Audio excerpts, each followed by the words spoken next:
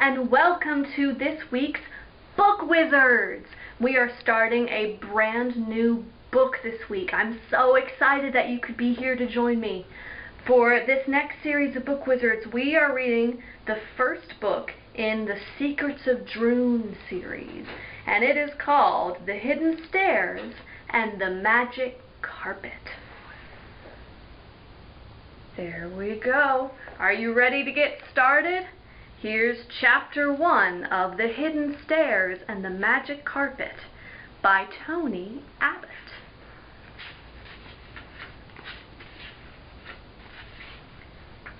Chapter 1, The Small Room. Eric Hinkle ran past his mother on his way through the kitchen. He was headed to the back door. "Neil and I are going to play soccer in the yard," he said. "Julie's going too. Gotta go!" "Stop!" His mother blocked the door. "Didn't you forget something, Eric?" She held out her hand, and she was holding empty garbage bags. Eric looked at his mother. He looked at the garbage bags. All of a sudden, he remembered, "Oh no! I forgot about the basement." Knock, knock. Eric sighed. He pulled the door open. Neil Kroger stepped into the kitchen. Neil lived at the end of Eric's street. He was Eric's best friend. "Hey, what's up?" Neil asked. "I have to clean the basement," Eric grumbled. Mrs. Hinkle gave Eric the garbage bags. "You know your father wants to start remodeling the basement soon. This was supposed to be your special job." Neil made a face at Eric. "That doesn't sound like much fun." "According to my dad, it's not supposed to be fun," Eric replied. "It's supposed to be done." "Give it 2 hours, Mrs. Hinkle said. She pointed to the clock. It was 2 o'clock. 2 whole hours? Eric headed for the basement door. "Hey, I'll help," said Neil. "We'll be sort of a team. Maybe we'll find some cool stuff." Eric smiled. Neil was a true friend, he thought. He'll even help clean up junk. "Okay, come on." Eric flicked on the light. The 2 boys trampled down to the basement. On the right side of the stairs was the playroom. It had paneling on the walls, bookcases, a toy chest, a big sofa, and even a television. "Hey, this looks pretty clean," Neil said, peeking in. "If my basement was like this, I'd live down here." Eric liked the playroom too. It was a great place to hang out on rainy days. "The playroom isn't the problem," Eric said. "Look over here." He stepped into the other side of the basement, the room on the left side of the stairs, the side his father was going to remodel. "What a mess," Neil said, looking around. On one wall was a tool bench filled with jars of nails, nuts, and bolts. On another wall were cabinets lined with canned food. An old washer and dryer sat against a third wall. And everywhere in between was junk. In piles, in bunches, in cartons, in boxes. There was even a dusty old chair sitting in the middle of the floor. "We'd better get started," Eric muttered. Neil slumped into the old chair. "We? Did I say I would help?" Eric stared at his friend. "You said we were a team." "Well, I'll be the coach," Neil said with a smile. Tap, tap. A face appeared at the basement window. "It's Julie," said Eric. He waved. "Come on in." Julie Rubin had been friends with Eric and Neil ever since they got stuck in a tree together in kindergarten. Since then, they'd been in all the same classes. They even went to the same summer camp. "Hi," Julie said as she raced down the stairs. She held a soccer ball under her arm. "I thought we were going to play," she said, checking her watch. "It's only 2 o'clock. Eric dragged a big toy box out from under the stairs. "Sorry, I've got to clean up all this stuff." "And I'm coaching," Neil said. "Ball, please."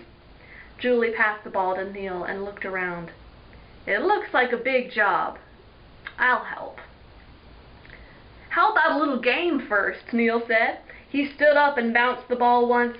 Then he swung his foot hard. "Heads up, everybody!" "Wait!" Eric yelled, ducking behind the box. Too late. The ball was already in the air. It bounced off the tool bench and smacked Neil right in the face. "Ow! My nose!" "Serves you right," said Julie. The ball bounced off the washing machine and rolled into the shadows by the stairs. "I'll get it." Julie jumped after the ball, then stopped. "Hey, what's this?" She pointed to a door in the wall under the stairs. It was open slightly. "Oh, my house has that too," Neil said. "There's a cool little closet inside."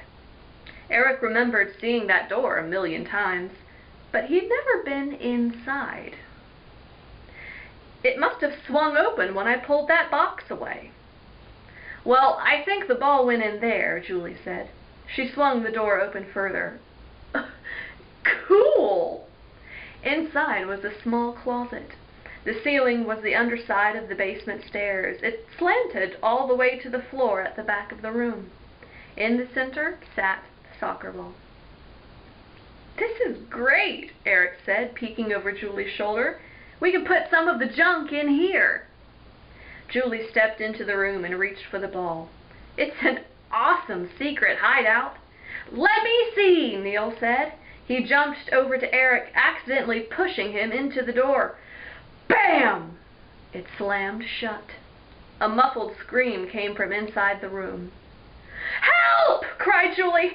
"I'm falling!" Chapter 2.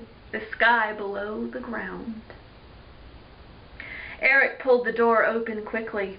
Julie was standing in the middle of the tiny room. She was staring at the floor beneath her feet. The ball was nowhere in sight. "Are you okay?" Eric asked. Julie pushed her way quickly out of the room. "The ball went down there!" Eric and Neil looked at the gray cement floor. Then they looked back at Julie. "There were steps," Julie said, "and I almost fell all the way down." "Steps?" said Neil. "Where the floor is?" Julie nodded. "And the soccer ball went bouncing down them. Then you opened the door and the steps sort of disappeared." Eric and Neil entered the little room under the stairs. Then Julie stepped back in. They stood close together.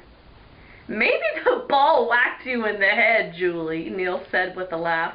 "You just thought there were stairs." Eric looked down at the floor. There weren't any steps anywhere. "Julie, I don't think—" "I'm not making this up," she said. "Wait, the door was closed, and it was dark at first. Maybe then—" "It's pretty dark already," Neil said. "Don't close the door on us." Slam! Julie did close the door on them. Neil grumbled, "Well, now it's very dark." And then suddenly, it wasn't. The floor began to shimmer beneath them, and a bright light glowed under their feet. Then, whoosh! A stairway appeared out of nowhere, a set of steps leading down, leading away from the basement, away from the house. "Whoa," Eric said. "It looks like outside down there. Is this what you saw?" Julie nodded. "Told you." The steps glowed a rainbow of colors. Julie peered over Eric's shoulder. "Let's go find the ball." Neil reached for the door. "I don't think so." "Oh, come on," said Eric. He wasn't sure why, but he felt as if they had to go. He stepped down to the next step, then to the next, and the next. Already the air was brighter where he was. It was pink and cool and fresh. "Neil, Julie, this is incredible," Eric said. "We have to go down." "I don't think this is such a good idea," Neil said. Julie laughed. She ran to catch up with Eric. The air smells so sweet. Hurry up, Neil. We're already 10 steps ahead of you. Just below them was a forest of tall trees. The stairs led all the way down to the treetops. Unbelievable, Eric whispered. Do you think this is some kind of magic? There's no such thing as magic, Julie said, biting her lip. She always did that when she didn't understand why things were happening. But this place is beautiful. Strange, too. It's sort of like a theme park. Eric stopped. What he saw coming out of the pink mist was not from any theme park he'd ever been to. Uh-oh, he gasped. What do you see? Neil asked. Eric was frozen on the step, pointing into the mist. Lizards, I think. In the trees? Julie asked. That's normal. No, Eric said. Flying lizards! Big ones! With weird-looking red guys riding them! That's not so normal, Neil said. Thwang! A long flaming arrow whistled past Eric's ear. Not so friendly either! They're attacking us! So what do you think? What are the little red guys riding the flying lizards? Why are Neil and Eric and Julie being attacked? And where is this strange place that they found underneath their basement? We will find out next week in Chapter 3 of The Hidden Stairs and the Magic Carpet, the first book in the Secrets of Droon series. But for this week, I have an activity for you. We've heard a little bit about what they're seeing in this strange place under the basement, but I want to know what you think it looks like. So based on what we've read from the first 2 chapters, I want you to draw a picture of what you think this land underneath the stairs looks like. You can use some of what they described, or you could use your own imagination. Until next week, bye-bye!